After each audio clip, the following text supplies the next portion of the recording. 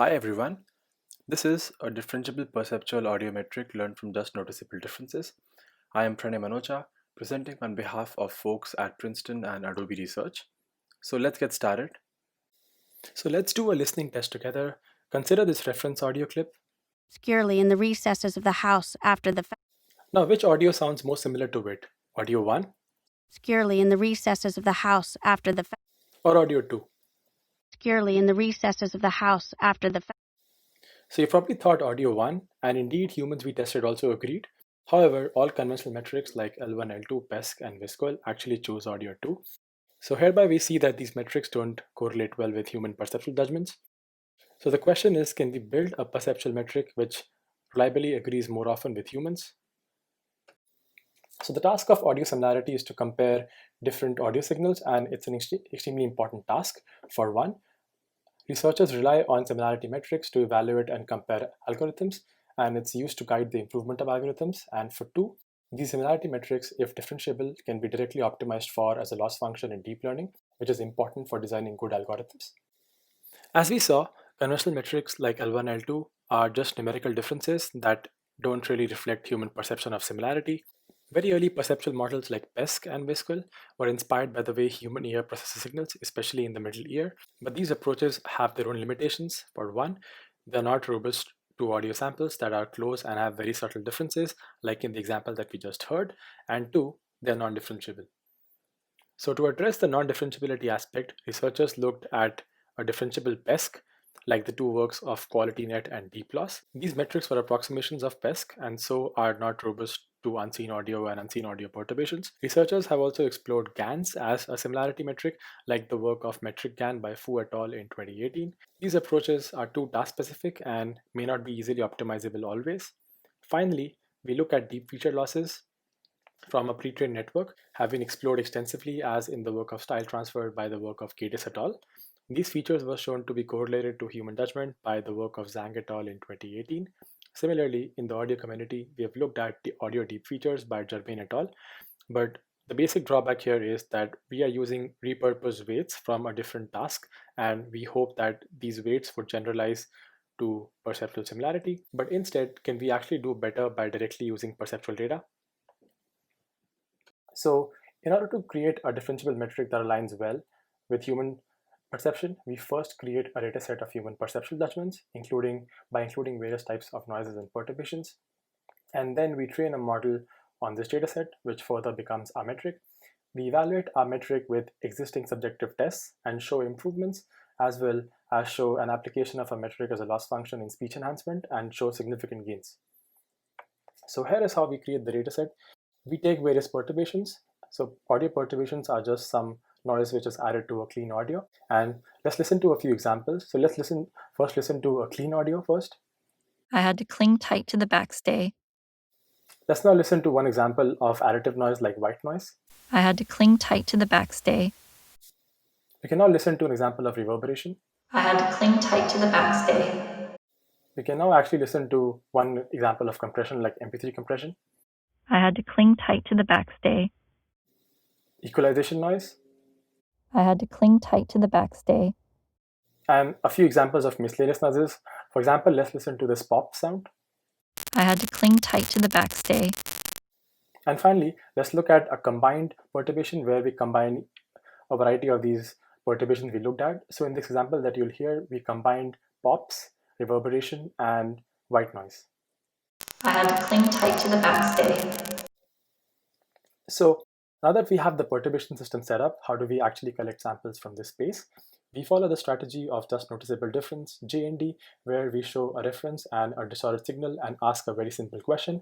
Are these two recordings exactly identical or different? This allows us to study human perception near JND, which is an important task in various audio problems. For example, in cases where we would like to enhance the audio quality as perceived by a human. There are other ways of getting judgment. For example, considering triplets. So given a reference and two noisy samples, we want to ask which one sounds closer to the reference. This has an obvious limitation, as in if these two noisy examples, A and B, if they differ in orthogonal ways, then a person will consciously decide which one they prefer, thereby inducing user bias. So to account for this bias, a triplet study would require far more data points than the JND study to cover a variety of perturbations. Our efficient sampling strategy, which we'll just describe in a moment, also helps reduce the number of samples we collect. So to efficiently sample pairs from this space, let's see an example in action. So just for illustration purpose, we define a very simple perturbation space consisting of just two perturbations, white noise and reverb. Our actual space consists of a lot more dimensions. So in this case, the origin depicts the clean version or the non-noisy version of the reference. So in this, we choose any clean audio recording. Let's have a listen to one such reference. I had to cling tight to the backstay.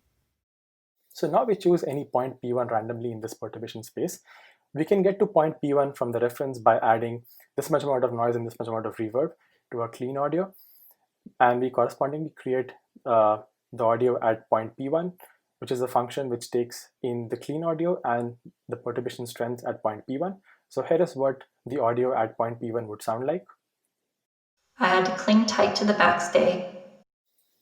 So we want to estimate the JND of a listener given this point P1. It might look something like the curve shown in red.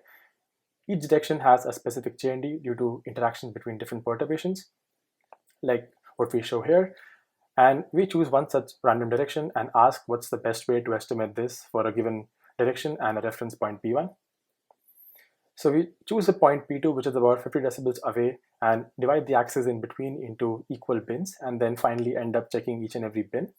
It's highly sample inefficient, so we think of ways in which we can improve this metric.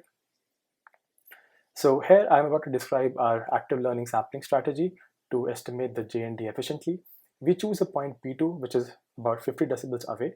Let's listen to how P2 would sound like. So P2 here has high levels of both noise and reverb than P1. So let's listen to an example. I had to cling tight to the backstay.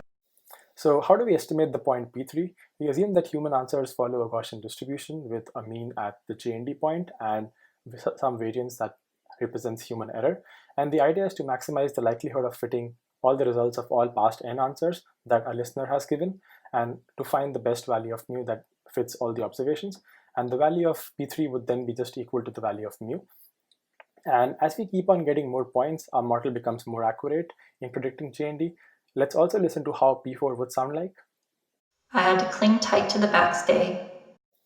So P4 and P1 sound identical to us, making point P4 just below our JND threshold.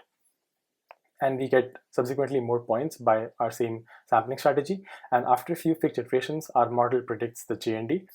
So the advantages of this approach is that this is very sample efficient in terms of logarithmic, and this operation can actually be done in real time.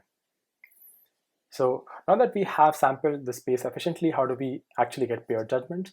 We crowdsource this perceptual dataset using Amazon Mechanical Turk. Given that we ask a very simple and unambiguous question, allows us to deploy this in a very uncontrolled setting, as in Amazon Mechanical Turk. Using this, we're able to collect a dataset consisting of about 55,000 pairs of human perceptual judgment. So now that we have collected the dataset, we can talk about training our metric. We follow the simple architecture where we have two audio inputs, which are passed into a loss network. We take the difference of the two feature stacks across layers respectively, and then averaged out to get one distance value that quantifies how different these two recordings are. We take 4 variations of the same model, and this first variation is the pre, which is short for pre-trained. This model is trained on 2 audio classification tasks and not in any way on our perceptual dataset. Next, we add certain linear weights to the model. These weights can be considered a linear calibration of an off-the-shelf network. So this is the LIN, or the linear weights trained model, as only the linear weights are trained on the perceptual dataset. Next, we look at a fine-tuned model where we pre-train the weights first on audio classification tasks, as in pre, but then also fine-tune the last n layers and the linear weights on perceptual data. This model is called FIN, which is short for fine-tune.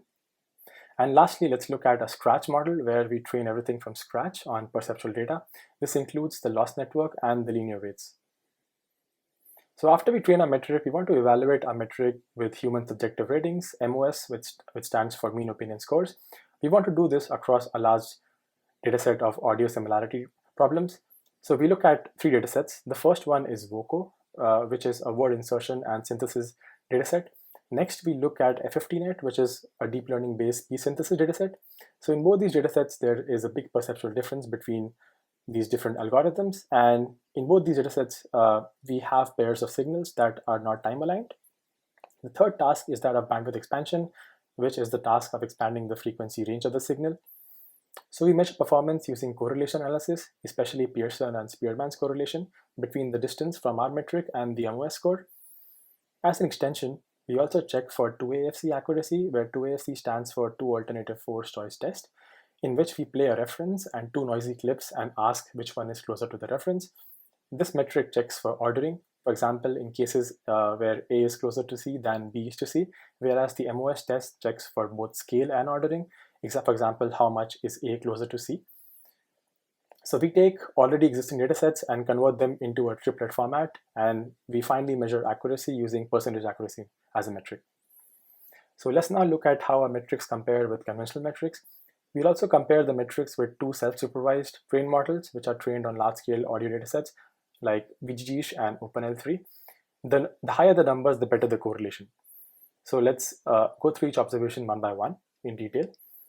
So the first observation that we have is that neural network-based metrics are more robust to non-sample aligned data. We see that most of our models, including the pre-model, perform better than conventional metrics on non-sample aligned audio, as we have in Voco and F15net. We also see that PESC and Viscol have better 2AFC accuracy on F15net and simulated datasets, but have lower MOS scores, suggesting that these methods preserve ordering but not scale. We also observe that the pre-model has higher 2AFC accuracy but slightly lower MOS scores, suggesting that it learns perceptual ordering but not scale. Interestingly, the same model performs better than Scratch on the above two datasets, suggesting that training on classification tasks may actually produce features that correlate better with ordering. However, tuning on perceptual data can be considered as some sort of calibration on the scale information. We also observe that PESC and Viscol perform better on Voco and F15net than the task of bandwidth expansion, indicating that they are less correlated to human perception when measuring subtle differences, as we saw in our hearing example. And finally, we see that all spectrogram difference-based models like VGish, OpenL3, and MSE perform poorly with MOS. This is partly because phase change can destabilize the amplitude, causing random variations. We have seen that a metric can evaluate the results of an algorithm, but can we actually use it as an optimization criteria for training? So to emphasize the differentiability aspect of a loss function, here we show its utility in speech enhancement. We take existing enhancement models like the deep features denoising architecture as is, but change their loss function to our metric. This small modification results in significant improvement in sound quality. Let's actually listen to a few audio examples. So let's first play the noisy clip first. But it might have done. Let's now listen to the original deep features noise model. But it might have done. And finally, let's listen to our approach. But it might have done. So we see that the deep features model has a small artifact in the beginning, which is actually captured better by our model. So we see that our model tends to be better than the baselines. Apart from this, we also did a few baseline studies consisting of pairwise comparison tests between ours versus the baseline models. So for simplicity, we show only two of the best performing baselines here. The results are divided into various groups based on the input noise levels, from yellow, low noise, to blue, high noise. A higher bar means that our method was compared more favorably than the baselines. We see that our method performs better than our baselines across all four groups, but works especially well for high SNR cases, as shown in yellow, where the degradation is from the background is less noticeable. These results highlight the usefulness of using our perceptual loss for this task. So going back to our example earlier, we see that all our metrics are now able to correlate with human judgments, which is great.